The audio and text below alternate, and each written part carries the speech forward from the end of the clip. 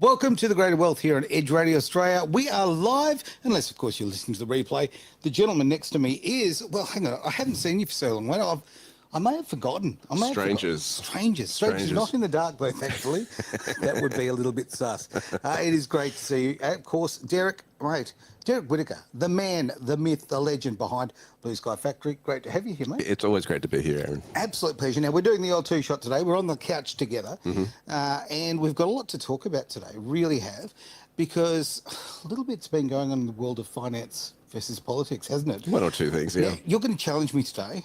We're challenging me on the IT side of things, so anything could happen. We're going to try to do some things that I am clearly not qualified for, but we're going to give it a go. So would you like to get into the show and give us a bit of a rundown of where we're going today? What we're doing today is we're having a look at the relationship between Australia and the United States. This is, of course, the news broke out that Australia is not going to be exempt from tariffs from the United States. I saw that coming, but okay. And it's really fascinating. I mean, I love both countries. Well, and you've got a little foot in each side there. What's going on? So I'm in a really interesting position on this. And I'm not taking sides, but it's one thing to understand a problem. It's another thing to go, why is the problem occurring? Or one thing to acknowledge a problem. It's another thing to try to understand why is there a problem. And I think that's what I want to dig into a little bit here today and just go a little bit deeper than what the general press are saying and reporting. Well, all right. Shall we jump in now? You've got some videos, you've got some nice stills for us, all sorts of things for me to try and bring to the screen. But we're going to bring the first one We up. stretch you at Blue Sky Factory. We stretch you, Aaron. My word. Look, I've said this for so many years, but I mean it. Like, honestly, I struggle to spell IT. And, I get put in this position to press all the buttons. So we're going to give it an idea, sort of a bit of a go, rather. And let's have a look if I can bring this up. Now, this is, okay, a video. Is it going to come up on the screen? We'll find out, I guess, in a moment. But if I could just get, where are we? Carry the two, yes, All right, now let's see if this works.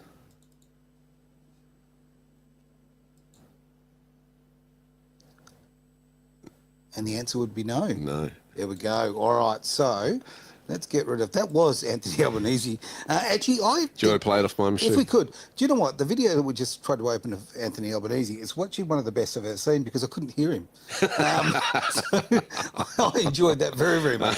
Let's use the high-tech method of, let's play it straight out of... Play it out of the mic. Here we go. Why not? It is disappointing. Australia has a close relationship with the United States. Friends need to act in a way that reinforces to our respective populations the fact that we are friends. This is not a friendly act. Tariffs and escalating trade tensions are a form of economic self-harm and a recipe for slower growth and higher inflation.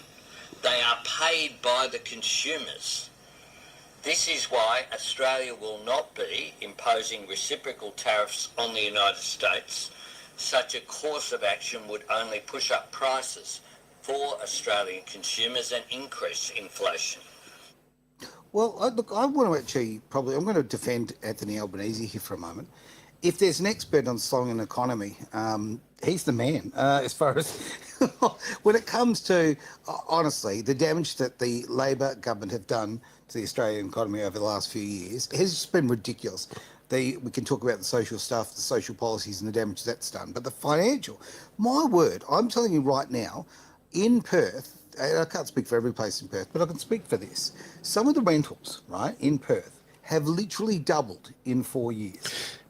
How do people live? How's it sustainable? Let's talk about that issue for a moment. Yep. Why have rents gone up? Yeah. Well, they let in, 1.5 million migrants over a 2-year period without proper housing infrastructure. Correct. What's interesting about that is why would they do that? Well, I'm getting a little bit of a theory on this, and I'm sure I'm not the only one who thinks this, but I tell you right now, we've seen some experiment. We know that, of course, Western Australia and Australia is very much an experiment, as Mark McGowan told us a couple of years ago on the pulpit.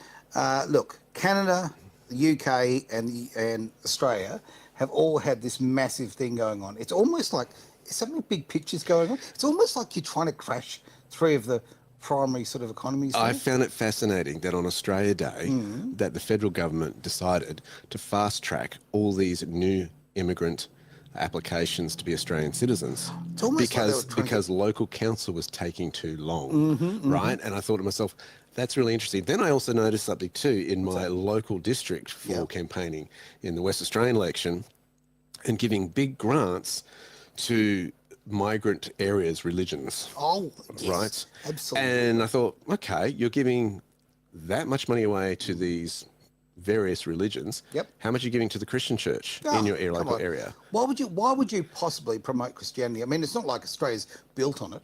So it's fascinating. I thought to myself, I see a pattern. I'm going, all right. Thoroughly agree. Was it a case of bringing in new migrants, sweetening the deal, and get them in voting status, and then? And look, I'm not blaming new migrants who come to this country. If the door's open, why wouldn't you Why come wouldn't in? you? Exactly right? right. Yep. I have Thoroughly no understand. issue with that as well. But they're not coming in with an understanding of the political history of the various parties that have been playing out over the last 5 years. In fairness, though, Derek, okay, most Australians don't have any idea who the hell they're voting for. Like, most Australians these days very much think that, that they still believe that the Labor Party is a working man or working woman's party, which is ridiculous. They are socialists. They are absolutely the most damaging parties. When you were talking about, and I see the people increasing the vote for the Greens. The Greens have not, in my opinion, okay, and as somebody who sort of has watched this for a very long time closely, in my opinion, the Greens don't seem to care about the environment anymore. No. They seem to care about control, right? It seems to be, again, a socialist push. And to me, it's like the Labor Party said, hey, we went and talked to an advertising company, all right? A marketing company said, hey, how can we market the Labor Party because we're failing a bit? Oh, I know, we'll invent something called the Greens. That's what it seems to me. Like, honestly, it's so far removed from what the principles of the party, what they actually do, okay, and their words. And this is the big thing I'll always say. I will judge someone on their actions far more than their words, and that's obviously why I'm a supporter of Donald Trump, because sometimes I don't like his words too much, but I'll tell you right now, I see his actions and I see the good things. And obviously, Well, he's delivering on the promises he made. 100%. I mean, that's the big issue. and we get angry with politicians because they don't do as they actually promise, right? What do you want? What do you want? So we're going to obviously talk about tariffs. We're going to talk about what Albanese's just said. I'd like to talk a little bit more about that because Okay. I think the response is socialistic in its way. It's kind of like, hey, we believe in this myth of fair go, a fair go for all Australians, et cetera, et cetera. And I think what you've got to realise is what has America been giving all this time, right? You go back to the Second World War, and that's where the relationship between the two nations really formed. Yeah, okay. When Australia woke up and realised we can't rely on the Brits to defend us in wartime anymore. No.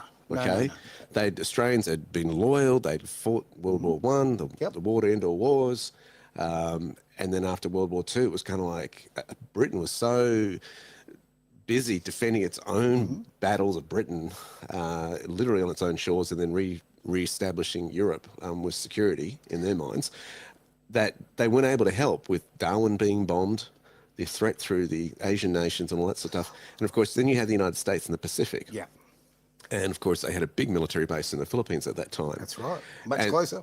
Exactly. And that's where the relationship internationally really formed between the United States and Australia. Okay. And so if you look at this relationship, you're going, it's like the bloke who's been buying the drinks all the time at the pub. Okay, right? explain this to me. So, Right. so you know when that moment where some people just hang back on the bill? Oh, yeah. You know, and I've met them. they're not paying their fair share. Yes. Right. I kind of think to yourself, how long has America been paying the bill, paying the rounds of drinks, You in look terms at of being the world policeman? This is the position that they've You've been in. absolutely nailed it. You really have. And I mean, I understand where Trump's coming from in this one, big time. I mean, America has been carrying the lion's share of all of this. I was going to say investment, but it's not an investment. It's not an investment. They're throwing money, good money after bad, and absolutely raping the economy in the US to prop up, Europe, Middle East, whatever. And trust me, I mean, let's face it, the Middle East isn't short of money. Yeah. Okay, the UK should not be short of money. The infrastructure, the history's there. The old money. The old money. Yeah. As simple as that. So Look, I think what's interesting too is Albanese's response here. It's a bureaucrat's response. It's a politician's response. It's about diplomacy. It's not a businessman's response. And to talk to Trump, you've got to talk on business terms. Yeah, you do. And I think that's what's really missing in that response. I would have preferred to see a response like this, and it's terrible timing for Albanese because he's coming up for an election, right? And he's feeling the pinch on this because if he doesn't play this right, he's going to look very weak compared to Trump. He already looks very, very weak. And what I would have preferred him to say is something like this: you know what? That's fine. The United States has got to forge its own way and do what it is. We still maintain friendship and a great historical relationship we have with this nation. Yep. But there are other nations for us to explore deals with. We'll be doing that as well, and we'll find a way through because we're Australians and we're resilient. Now, that would have had more respect, I think, from the US government if he'd had a response like that than playing the "this isn't fair" line. Oh, well, you know what? We had a little bit of joke before we went on air. You were singing to me, which is terrifying, absolutely terrifying on so many levels. I was reciting all these pop songs that just come out to my head. Here's the problem, two old radio fellas, right? So you started singing "What About Me" by Moving Pictures. I hope it was Moving Pictures. I hope it wasn't the Shannon Noll Shannon Noll version. Yeah. Pick your own version, That's mate. right. We'll go with Moving Pictures. But it's true, that whole whingy thing. It's a socialist song. Oh, it is a socialist song. And you've ruined the song for me, but It's great Australian socialism. That's what it is. Boom. But I mean, honestly, the weakness of it. And this is our leader. And I hate to use the word leader when I talk about Albanese because he's not. Like, honestly, I find him, like, if I met, there's particular leaders in the world you'd meet and you'd feel a level of intimidation, right? Okay? My respect for our Australian leader here in Albanese is I almost want to walk up and paint a mustache on him with a pen. Like he's just a giant. I think Australians politicians have to realise the world is changing and changing very quickly. The old way of doing things is going. All right. Yep.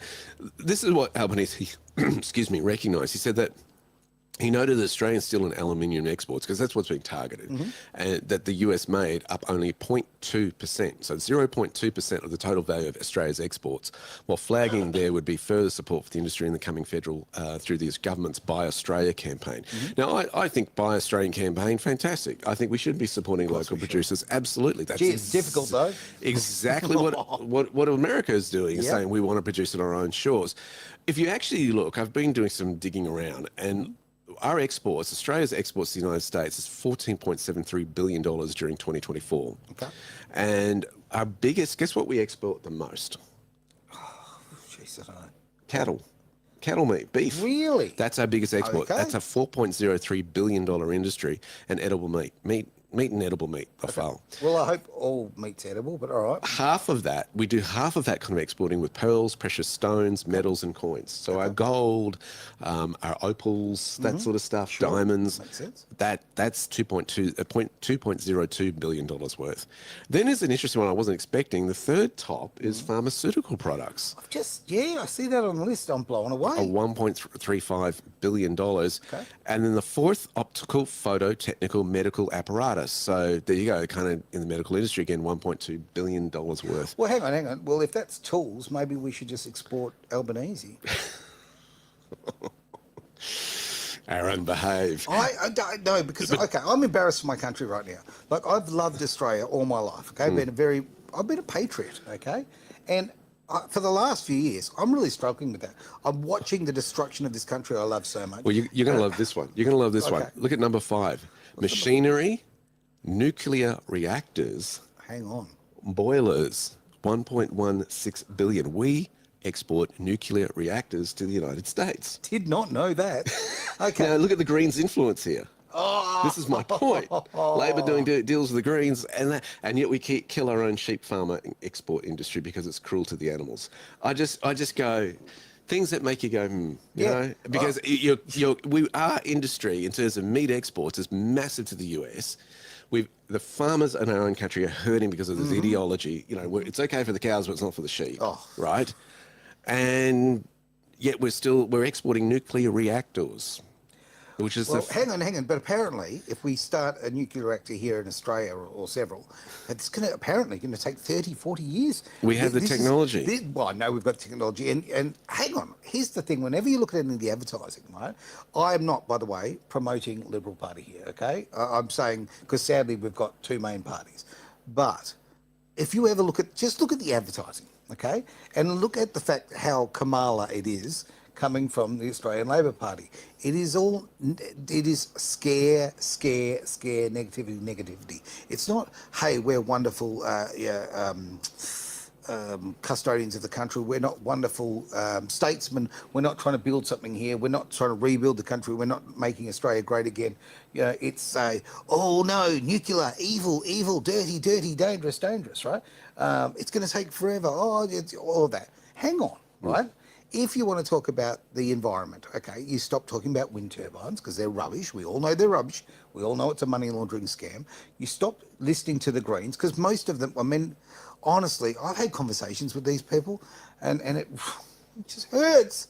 It hurts. It does, Derek. It's very much emotional, a lot of their arguments, isn't it, without based on facts. No, they don't use a lot of facts, no. And that's what's interesting. I think I kind of look at this and I go, well, what did you expect? I mean, look at what happened to Canada, right? If anyone's tied, that's like an Australia-New Zealand type relationship, 100%. the US and Canada. It's similar. There's that tie there. If they treated Canada like that, I don't know why Australian politicians thought they would be exempt from tariffs. This is an economic policy that presents America first. Now, I also think it's fascinating that let's have a look at what he says regarding the Canadian situation. Okay. Because I want to explore this a little bit further in that if Australia was exempt, what does it say as the rest of the world? Have a look at this. No, I'm not. Look, we've been ripped off for years, and we're not going to be ripped off anymore. No, I'm not going to bend at all on aluminum or steel or cars. We're not going to bend. We've been ripped off as a country for many, many years. We've been subjected to costs that we shouldn't be subjected to. In the case of Canada, we're The wrong mind. No, I'm not. Look, we've been ripped off for years, and we're not going to be ripped off anymore. No, I'm not going to bend at all on aluminum or steel or cars. We're not going to bend. We've been ripped off as a country for many, many years. We've been subjected to costs that we shouldn't be subjected to.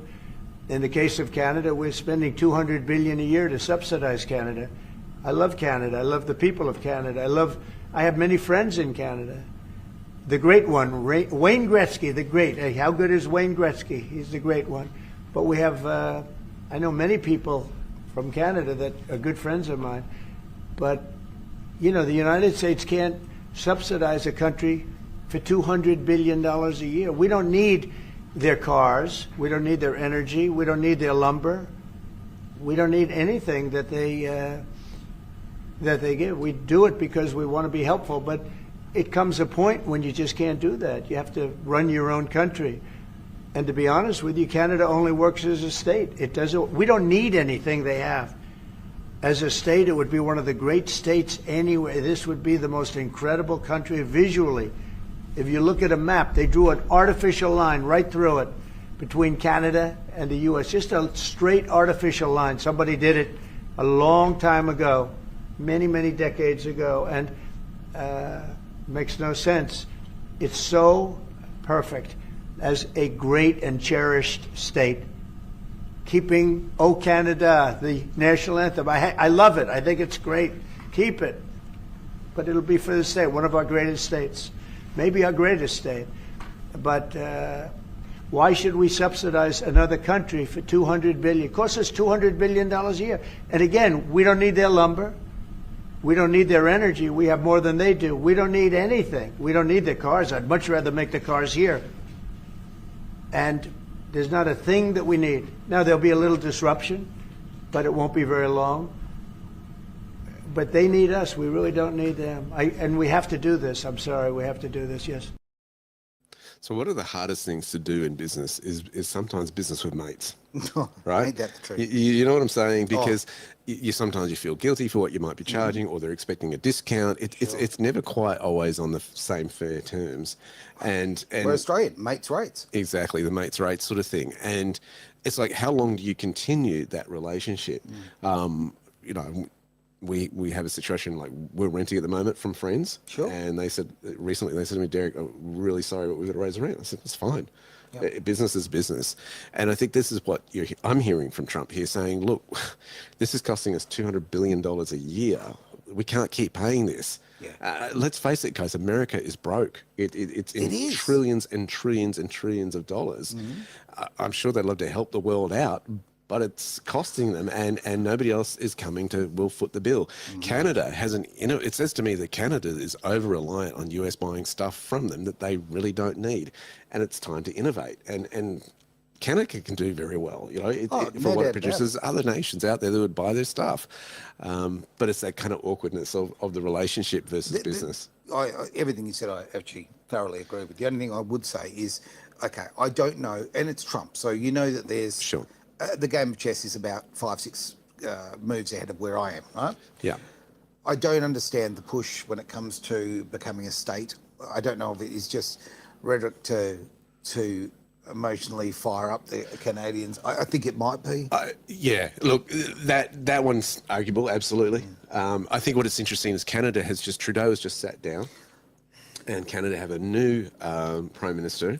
Yeah, she's kind of like, it's really Trudeau 2.0. He has been he's been the head of the Bank of England. Yeah, okay. He's been the head of the Canadian Bank as well. Right. And so it's got WEF written all over it again, like Justin Trudeau was. What I think will happen, though, is that party is going to lose power to the opposition, because I think they're going more conservative. They're going, we love Trump.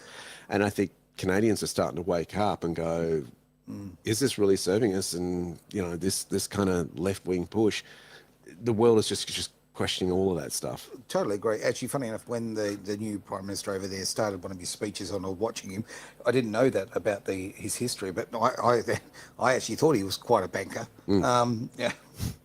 Boom. But it's true. Like, I couldn't believe. I thought to myself, what have you done, Canada? Like this is the replacement. I cannot wait for that election, and that wonderful, very, very great country. I'm very lucky. I've known a few Canadians in my time. Even got some rallies over there. Yeah. Great people, right? And they need proper leadership. And I think a change to a conservative leadership will change that dramatically. And I think it'll improve the relationship between the US. And I can never pronounce his name, the gentleman on the conservative side who will become Prime Minister. I'm fairly confident on that one. I think that he said that his speeches have been those of a statesman, have been someone who genuinely loves Canada. And I think that also the way he handled himself, he didn't do a big sookie carry on like Albanese did, right? About the tariffs. He said about the fact that how they would tackle them and handle it in a very diplomatic yet honest way. And it showed real class. So, I think that's the way you've got to deal with Trump to be extent. I think if you do the sookie kind of, Yep. you're going to lose respect. Course Absolutely going to lose you respect for Trump, because he is a strong character. The art of the deal is his kind of his book, his narrative, and he likes people who have good win-win, tough negotiations. He likes that. He loves the challenge of that. Look, he's a quintessential alpha male, right? Okay, and guess what? That's not toxic. That's a fantastic thing. Masculinity is a wonderful thing, and we need to promote more of it, not less of it. You might not like everything he says, but again, look at his actions. America is going to go through some tough times. It might even have a bit of a feel of the 70s about it for a little bit, America in the 70s for a little bit. But once the manufacturing comes back to the US, once they start to get more and more people, off fentanyl and off to work, well, Trump's doing multiple things here. I mean, the price of oil, Brent oil, has gone down significantly. Yes, absolutely. And I think that's his big focus, because look at what he's actually targeting with Australia. It's aluminium and steel. Yeah. Okay, you need those products to make vehicles and cars and stuff like that. And he's wanted to get the price of oil down, because he understands that transportation is absolute key in terms of inflation. If oil goes up, prices of goods go up, because you've got the transportation costs. So it's all right. We can fix that. All electric cars, mate. And now, you know what? We'll have solar-powered things that'll charge them at night. It'll work really well. That's the irony. He's got Tesla there working alongside with Doge, and he's just bought a Tesla just to smooth the relationship with him. I know. And all that's just a friendship thing, doing things for mates. But that's the interesting thing. He knows that drill oil baby is the way to go. Yep. In terms of that kind of environmental type of approach, it's just not going to work. It's not. And look, okay, this is the thing too. When it comes to oil, stop treating oil and carbon, all right? Two things that people just treat as the great evils. Guess what you're made of? Boom, you're made of carbon, all right? That's okay. Carbon is, it's just one of these things that environmentalists or actually lobbyists have gotten hold of, and they've turned it into something that's bad. And oil, everything I'm touching right now, okay, has got oil in it. This mouse that I'm using to operate the computer, guess what? Made of plastic, which guess what? Made of oil, right? This, it's everywhere. It's all around me, okay? We live in a society where we are completely dependent on it. Now, they keep making it sound like it's all about movement and energy, but to tell you right now, it's also about literally the manufacturing process of what we have. We've got to come up with other alternatives to Alternatives, yeah. plastic. Damn right. I mean, the problem with plastic is its breakdown. It never breaks down. It just hangs around, and it has its own issues too in terms of us breathing in plastics. It's a big concern as far as our health is concerned. I'm sure there are products there that can replace plastic, but that's going to take a process in and of itself. Although Trump has put an executive order in to bring plastic straws back, which I think is one of his most important executive orders. And nobody likes paper straws. He's tired of drinking out of a paper straw. We're all tired of it. We've had enough, okay? Honestly, it's so true. These little basic things of life. We are not a third world country. America is not a third world country, right? We have the right to a decent straw. Okay, mate. Now, so I think the big question for Australia is if they had gone for tit for tat as far as this is concerned, right? So you're going to do that, fine. We're going to put tariffs on your products. I wonder what the response would be. I think they might be looking at the response that Trump has had to the European Union on their counter tariffs. If we have a look at the next slide here, this is really interesting in terms of US response. Now, this is actually a slide, is it, this one? This is a slide, yep. Okay, oopsie days. Let me find that for us. This is... That's the one. That's the one. Fantastic. Okay. So the European Union, one of the most hostile and abusive taxing and tariffing authorities, well, this is Trump putting out on his Truth Social, taxing authorities in the world, which was formed for the sole purpose of taking advantage of the United States. He's talking about the EU there, has just put a nasty advantage of the it's really hard to read. It's formed for the sole purpose of taking advantage of the United States. Thank you, that's better. Has put just a nasty 50% tariff on whiskey. If this tariff is not removed immediately, the US will shortly place a 200% tariff on all wines, champagnes, and alcoholic products coming out of France and other EU represented countries. This will be great for the wine and champagne businesses in the United States. So, no more Sauvignon Blanc. Exactly. So this is how his response is like, fine, you're going to do that to us, we'll up the levy even more. And this is something too which is worth a mention. Okay, people go, oh, it's bullying. No, it's bloody negotiation. Okay, you have to negotiate with people, even terrorists, right? Like honestly, this is and the EU has been using the EU has been a mess for a very long time, right? Okay, and there's obviously why Brexit happened, and it's been really a WEF kind of thing. Let's be frank, right? So the bullying's been happening for a very long time through diplomatic channels. We've had leaders who haven't had the guts to actually stand up for it. Well, Trump prefers to deal with nation upon nation within Europe, as opposed to the Union of Nations, the European Union. So I think it's one of maybe a slap in the face for the Union itself and going, we're not really recognising your sovereignty. We're looking at the sovereignty of other nations. Yeah. You're a body here because of the extreme numbers there of 200% tariff. What puts in question for me is where Australia sits. Does it want to go down that path? Is it too afraid to go, well, we'll put tariffs on you guys, tit for tat here, because you've done that for us? I think the main answer would be, look, it depends on what Australia really wants from the US in relation to what it needs to import, as opposed to,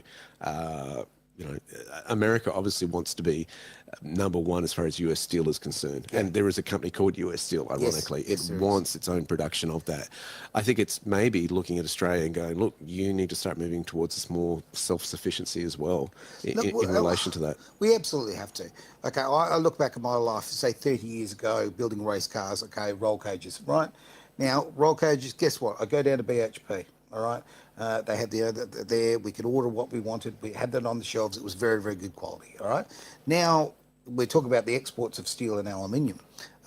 Quite frankly, where do you buy the steel and aluminium? Because everything I buy now, or I've been tried to buy, after that period, is all made in China, and it is not the same quality. There's okay? one or two small local producers. Yeah, of but it. it's so minor, mate. It's Yeah. so, and it's difficult to do, right? Yeah. It's a challenge to buy Australian. So, like, you don't head down to BHP Blue Steel these days anymore to buy your roll cage material or any steel for construction. And you look at the, okay, I'm driving in today. I saw, a house being built, and it's all now. They don't use timber on the roof now. They're using steel, which you have for a long time, which I don't personally agree with.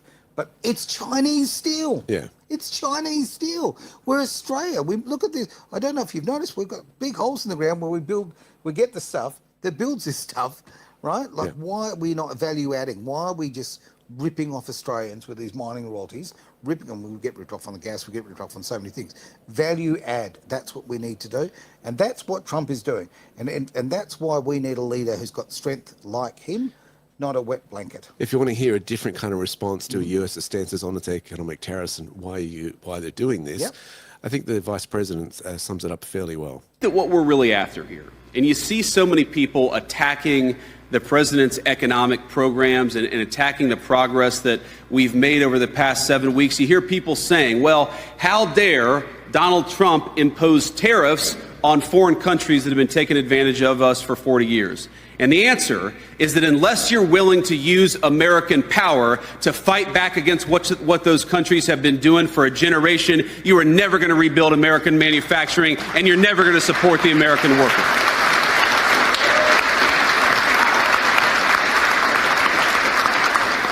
President Trump is done with leaders who talk. We are an administration that is going to do things for the American people and for American workers. Oh, So again, I hear this. They like, excuse me. They feel like they've been taken advantage of. yeah. That's what I keep hearing from that leadership. And I think Australia's got to look at itself and go, what does it really want from the United States? And I think it's not something what they can import, but it's what the US can provide, and that is defence security. And I think that's what Australia's That's a really really good after in the point. relationship. And I think that's what Australian politicians are probably trying to protect here, is that certainty in the Indian and Pacific Oceans. Yeah, I don't agree. Disagree, rather. Okay, great to see Josh on there. I was going to say hello before. Good to see you, mate. Fantastic. Now, he's got a question or a comment more to the point. It is too expensive to make steel here. Labour and energy are both expensive in Australia.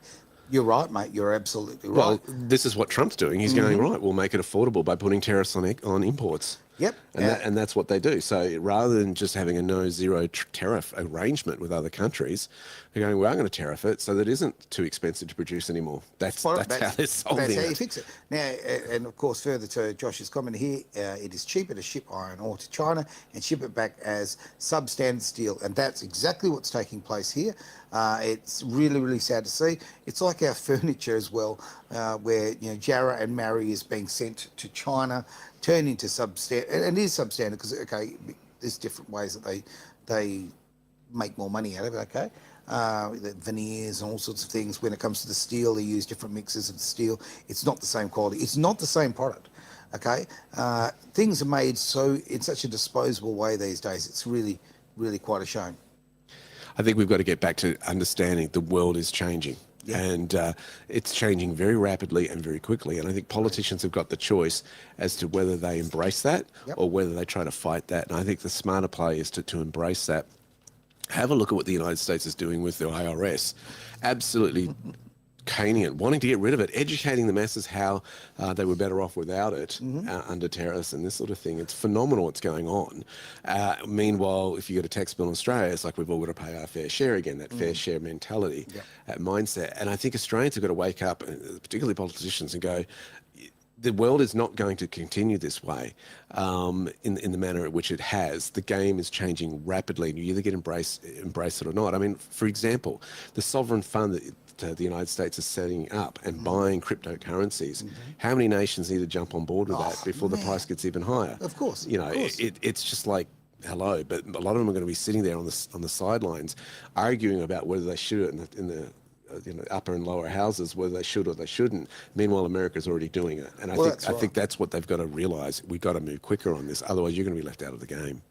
Little advice here, okay? There's this man right here, Derek Whittaker, does these courses, Blue Sky Factory, get on board. If you want to actually learn No, honestly, this is such an important thing, and why we don't educate people when it comes to money, the systems, and so forth in school. Well, I do know because they don't want you to know. If you want to know what they don't want us to know, get onto blueskyfactory.com.au. No E in that, just blueskyfactory.com.au, and get onto straight and narrow and actually understand this and create your future, quite frankly. Appreciate that. One nation that is starting to embrace tax reform, you're going to love this, is Viktor Orbán, the Prime Minister of Hungary. He's made a huge historic announcement. Okay, let's have a look at He's that. going to eliminate income tax until the age of 30 for women with one child. Whoa. Women with 2 or more children will be exempt for income tax for life. Hang on. I got issues. Okay. I got issues. All right. All All right. right. You got to be excited with no income tax. And okay, here's Okay, don't take your Australian culture and apply it to Hungary. There's 2 different cultures here. This is the point. All right. You can't, because divorce is a different thing there than it is here, okay? all right. I'm hungry for answers. I'll watch the video and then I'll come back. Európa, sőt az egész nyugati világ legnagyobb adócsökkentését. Ezzel új fejezetet nyitunk a magyar gazdaság történetében, kialakítjuk a világ első családközpontú gazdaságát. Az egygyermekes anyák 30 éves korukig, a 2 és több gyermekes édesanyák életük végéig nem fizetnek jövedelemadót. Ez minden mértéktartás mellett is világszenzáció. Ezzel a magyar családok jövőjét hosszú évtizedekre biztosítjuk. Okay, beautiful dream.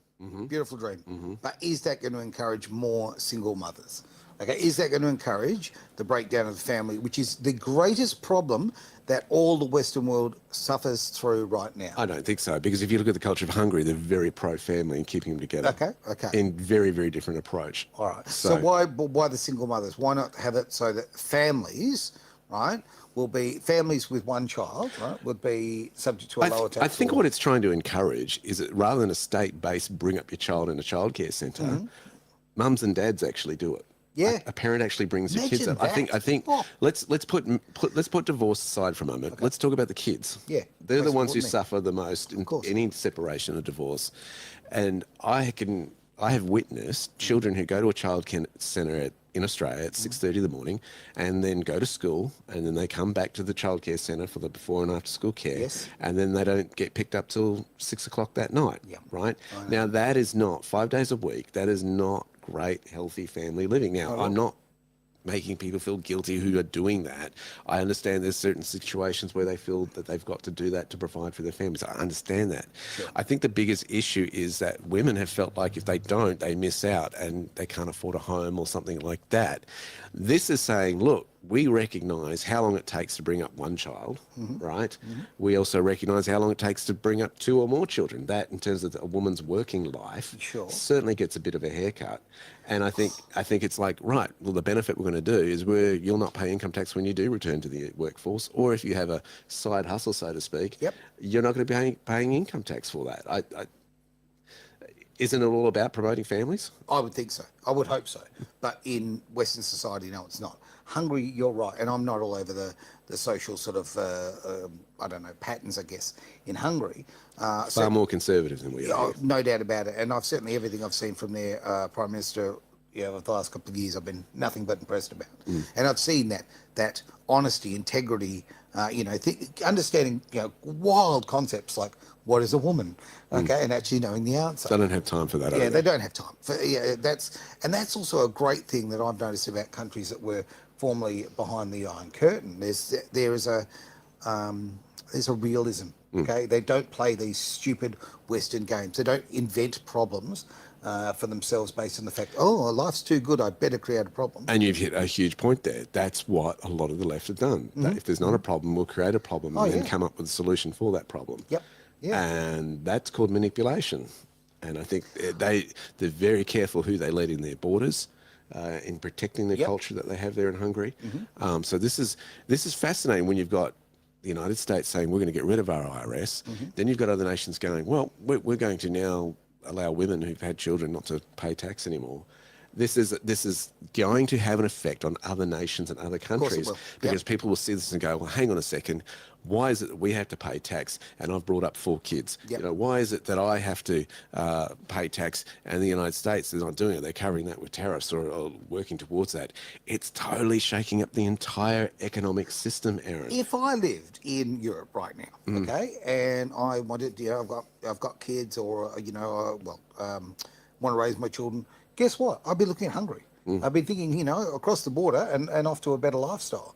I can see that. I really can, and I think that you're right. I mean, a few people make some changes, and there's a cultural shift. Okay, there's that little pebble in the ocean. It's just you're creating a wave, and it gets bigger and bigger and bigger. And people, always say, "I'm only one person. What can I do?" You can change the world. It's a fact. You just have to create that ripple that will create that wave. And you might be right on that one. I've got my fears on that. But Tell me your fears. Well, my fears are it just promotes more single parent households, which everybody, if you ever look at the statistics, okay, that if you want to destroy your children, that's the way to do it. Okay. Well, okay, a single parent mother isn't paying tax anyway, is she? Most of them. Most of them not. Unless they have a part-time job. Yep. But they get subsidies, and if you off-balance what they're getting from the government in terms of welfare versus what they're paying in taxes, are they paying taxes? You'd have to look at the numbers. Each individual situation is different. Would be. Of course it would be. Yeah. And they're also getting the child support payments. So, Which I don't know what the situation is in Hungary about child support payments, no idea. Yeah. I just want to do anything that promotes family, because family is the fundamentally most important part of life, right? Full stop. And raising your children to be the best human beings they can be, that is, look, it's your job, right? It's absolutely your job. at least have the conversation. How can we support families better again? I think we haven't done a very good job of that in Australia. Oh, I think we've done a terrible job. I mean, a message just come in from Travis Carter. You might have heard of this fella. Good luck from the Armidale Courthouse. Oh, there you go. Well, there you go. Fantastic message there, mate. I don't know what that's about, but okay. And another one, a lot of people have kids to increase their family payments. That is so true. I have met women who have actually said that they've had... one specifically, you became a baby factory because of the fact that, the financial benefit of it. That's not why you have a child. Oh my God, it's not why you have a child. And on top of that, okay, and a big social problem that, I'll get, things thrown at me for this one, but women who have, all of these children to different fathers, so you're picking up the government payments and you're picking up child support 1, child support 2, child support 3, child support 4. Oh my God. What are you doing to those children? Yeah, huge social issues. Yep. Huge social issues. It's kind of like, are we still in high school? That's kind of my response to that. So they're going to say, Are we still in high school? oh yeah, You know what I mean? Bingo, you nailed it actually. Grow up. How about we grow up? We be adults about it. Look, society really needs to clean up its act. It's a big thing. Because again, the kids are the ones that are paying the price for this.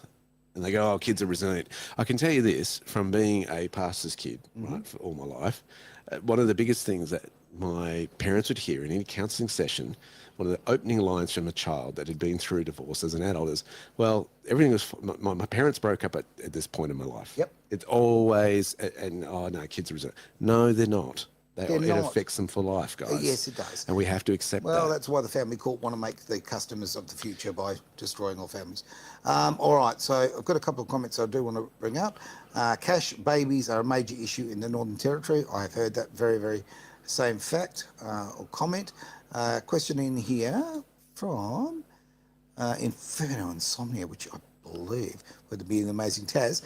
Oh my God, Travis, you're right. My brother, when we were kids, were friends with this one boy who was one of 10 with 4 different dads. It's so common.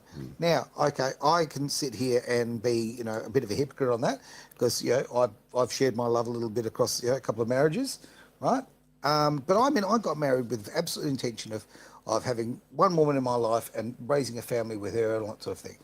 Unfortunately, society does not promote that. In fact, does everything possible to destroy that now. And look, it's not just the legal system that's encouraged that, and the welfare system that's encouraged that. It's Hollywood that's destroyed that as well. It's been on many several fronts. Absolutely. Another comment here from Taz.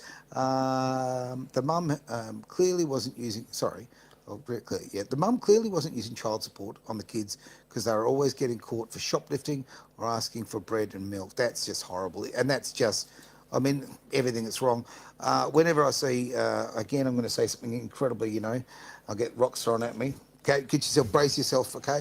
But when I see a child, like, I mean, when I see a child who's eating nothing but noodles and fast food and crap like that, but then I look and see mum's nails are done and her hair's done and all kind of thing, it pisses me right off. Because as a father, okay, I'm telling you right now, I will sacrifice anything and everything for my children. Simple as that. And I don't, it really drives me nuts. Now, Travis has actually said that, yes, there we go. Taz, I'm always right. Well, nothing. Look, ego is not a dirty word. There, Travis, good to see you got that comment. But we've said all of these things. We're talking about economics and we're talking about politics. But this is a really great explanation and a great way of displaying the fact that this is how it changes your everyday life, right? Politics counts and matters. The people that we choose, and we're obviously going to be going to the ballot in a couple of months here in Australia, as late as Albanese could possibly make it. Jeez, doesn't want to call that. And I think that's probably one of the other reasons why they're not retaliating with the US, because if the US starts getting into nargy-bargy in terms of, hey, well, you're going to tariff us there, we'll tariff you more, it's not the look they want going into a federal election. Right, you want to go very, very quiet, don't you? So it's just fodder for the opposition to go, Yep, exactly right. But I think, excuse me, what is also not going in Australia's favour was the comments that were happening between the previous Prime Minister, Malcolm, sorry, what was his name? Turnbull. Sorry. And, of course, the whole Kevin Rudd situation as well. Trump's not a fan of these guys and makes no bones about it and saying, the Australian people saw right through him as well.